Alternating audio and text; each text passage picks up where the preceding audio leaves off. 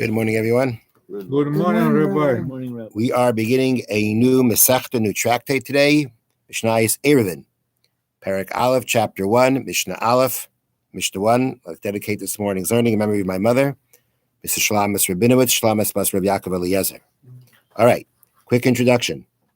The discussion of these Mishnayos. Now, we think about Erevin, we think about all the things that we're familiar with Erevin. So let's just start from the beginning. I don't know now. Let's start from the beginning.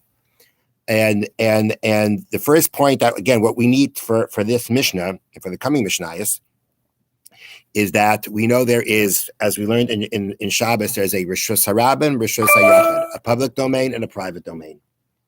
And we're not allowed to carry from the private domain to the public domain to the private domain, or 4 cubits within in the public domain. If you're in a private domain, according to Torah law, go ahead and carry wherever you want. Now, the setup that we have in our Mishnah is the following, and we mentioned this already a number of times before. The setup of how people lived in the time of the Mishnah was that you had houses that would open to a courtyard.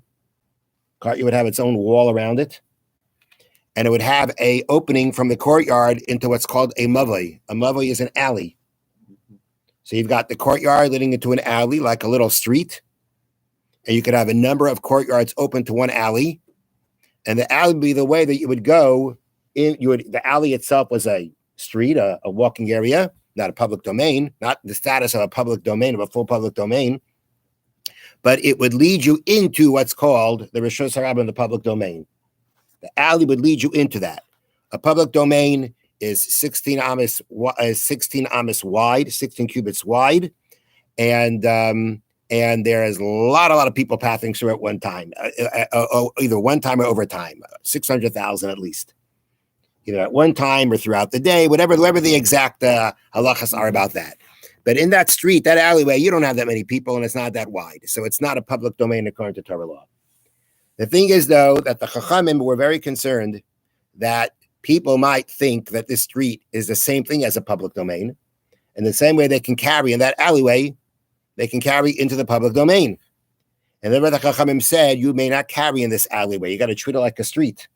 If you treat it like a street, that means you can't go from the courtyard to the alleyway to the courtyard, or 4 cubits in the alleyway. However, they did say, though, you would be able to use the alleyway for carrying if you will do something if there's something you can do to correct it. There's something you can do to allow carrying in this alleyway. And that's what the Mishnah is going to discuss. What is it that you can do? There's something that you can do to allow carrying in the alleyway.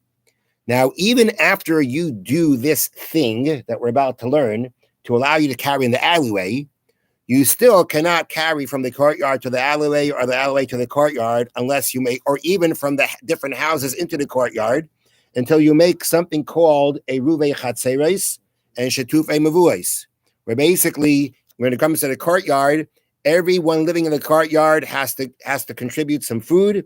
All the food is put into one house. It's considered like everybody's living in one house. Then they can go from the house, carry from the house to the courtyard. You want to use the courtyard and want to carry into the alleyway?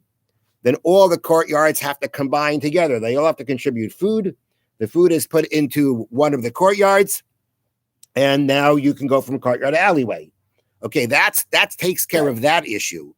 But there's still an issue of carrying in the alleyway regarding the alleyway to the public domain, to make sure that people don't get confused and think the same way I can carry in this alleyway, I can carry in the public domain. And therefore, that's the issue that our Mishnah is going to be dealing with. But even after you do what our Mishnah says to rectify that, you still have to do the Erevin that I mentioned before. Now, let's read the Mishnah. Mavai shugavaya lamayla me esrim ama. If you have an alleyway, now the wording is if the alleyway is higher than 20 amas. Okay, what that means is like this. Now, here we have a picture. Maybe you have the picture in your Mishnayos. Okay, look at this top picture, diagram A. Okay, you can see how you have the courtyards are leading into the alleyway, and the alleyway is leading into the public domain, and there's a beam across the top Of what? the alleyway. All right. There's a beam across the top of the alleyway. That is one of the ways that the Mishnah says that this is one of the ways although the Mishnah doesn't say it out. But this is one of the ways that you can rectify the alleyway by the entrance, or by the, what do you want to call it? The area, the entrance to the alleyway, or the exit, whatever you want to call it, right? The part where you have the entrance to the alleyway from the public domain, you got to put up this crossbeam. You put up the crossbeam, I can carry in the alleyway. Another thing you can do is the bottom picture, okay? And that is, instead of putting up a crossbeam, put up a pole on the side. Just a pole. Just a pole. That's called a lechi. Okay, just put up a pole on the side. Just put up a pole on the side, and that will be enough to take care of the alleyway. Now, regarding the crossbeam, the Mishnah says like this. If you have a crossbeam, when it says the mavoi, the alleyway is higher, then it's higher. It doesn't mean the alleyway is higher. It means the crossbeam over the alleyway is higher than 20 amas, 20 cubits. Let's call it around 40 feet. Around 40 feet high. Yamayit, you got to lower it. Because the point of this crossbeam is it's meant to be an indicator. It's meant to tell you, here is where the alleyway ends.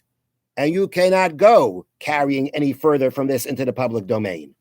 If you want it to be an indicator, when you want something to be noticed, we find a number of examples of things that if they're higher than 20 cubits, people aren't going to notice it.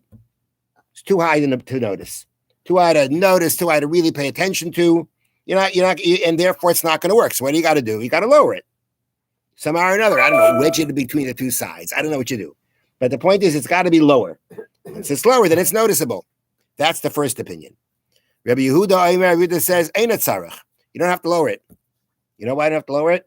Because the way this crossbeam works is not as an indicator. It is not meant to be a reminder. Oh, I see this. I realize this is where it ends.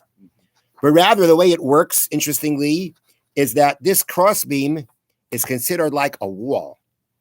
There is a concept called pitikra yored v'seisem, which means the top of the ceiling comes down. That means to say that if I have this crossbeam, this is my crossbeam.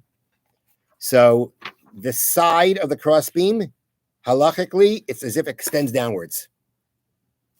This part extends down. If it extends down, I have a wall. So the crossbeam is not meant to be an indicator. It's meant to be a halachic wall. And now that it's completely closed, it's completely closed. Now, if something has four walls and completely closed, that's an absolute rishus hayachid, absolute private domain, and that's it. So the point is that according to Yehuda, the way of rectifying this issue of considering the two areas, of making the two areas be seen as separate, according to Yehuda, it's not about an indicator. It's not about, okay, see this, and now you'll see, here it ends. It's not about indicator. It's not about indicator. I don't care how high it is. But rather, it's a halachic wall. And because it's a halachic wall, no matter how high it is, it can extend downwards. There's no limit to how far it can extend down. And therefore, that's how it allows you to carry. And that is how, and therefore, it doesn't matter how high it is. Now, the imyesh lo tzuras haPesach. Now, let's say at the opening of the alleyway, you have what's called the tzuras haPesach. Tzuras haPesach means the form of a door frame. What's a door frame? A door frame consists of two side posts and a lintel and a post that goes above. Right? That's how a door works. Now, when you have a door, you very often don't just have like the walls ending and then there's an opening, right? You have the doorpost, right? You've got a door frame. So if at the opening of this alleyway, you have a door frame, and if you want to see what a door frame looks like, that's this picture here. All right. It's a door frame. Okay. Then we say, even though that opening is wider than 10 cubits, you don't have to make it smaller. Did I skip something? Yes, I did. I'm sorry. I skipped something. It says, if let's say the opening is wider than 10 cubits, you got to make it smaller. That means that if the opening of the mabui to the Rishus Harabim is wider than 20 cubits, then my cross beam is not going to help, and my side post is not going to help, because a doorway is is 20 cubits or less. More than 20 cubits, you don't make doorways that wide. And therefore, it's considered a breach. If it's considered a breach, the crossbeam doesn't help and the side post doesn't help. So you're going to have to do something to actually lessen the width of the opening. But if the opening has the door frame, as we said, even though it's wider than 10 amas, you don't have to lessen it. Because once it has a door frame, that itself gives it the appearance, or that's already an opening, right? Opening door. If once there's a door frame there, it's an opening. It's not a breach. Doesn't have a door frame. So therefore, now that it is a Pesach, the door frame makes it a Pesach. Not only is the door frame making a Pesach, once you have a door frame, you don't got to do anything more. You don't have to put up an extra cross beam. You don't have to put up an extra side post. Yeah. The Tzuras HaPesach itself, the door frame itself, will take care of everything. It will basically it'll make sure that your opening is not a breach, but it's considered an opening. And it will also act for what you need to be allowed to go ahead and carry in the alley. Now this is Rabbi Yehuda talking. No, this is everybody talking. Okay. This is everybody talking. And one last thing, interestingly, Tanura mentions, and that is that when it says that the crossbeam, in the case not of a Tzuras HaPesach, not in the case of a door frame, just you put the beam across. Mm-hmm. And we said, according to the first opinion, 20 cubits are higher than 20 cubits, you got to lower it. If there's designs on it, if it's not just a plain crossbeam, there are designs on it, even if it's higher than 20, it's good. Because the designs attract people's attention. Mm-hmm. So it's not like you're blind to it. It's not 1 second. It's not like you're blind to it. So if it's too high, it doesn't make any difference to you. But once it goes ahead and you have the pictures on it, the drawings on it, the carvings on it, that grabs people's attention and that will act as your reminder. Have a wonderful day. So thank you, Rabbi. All right, we're talking about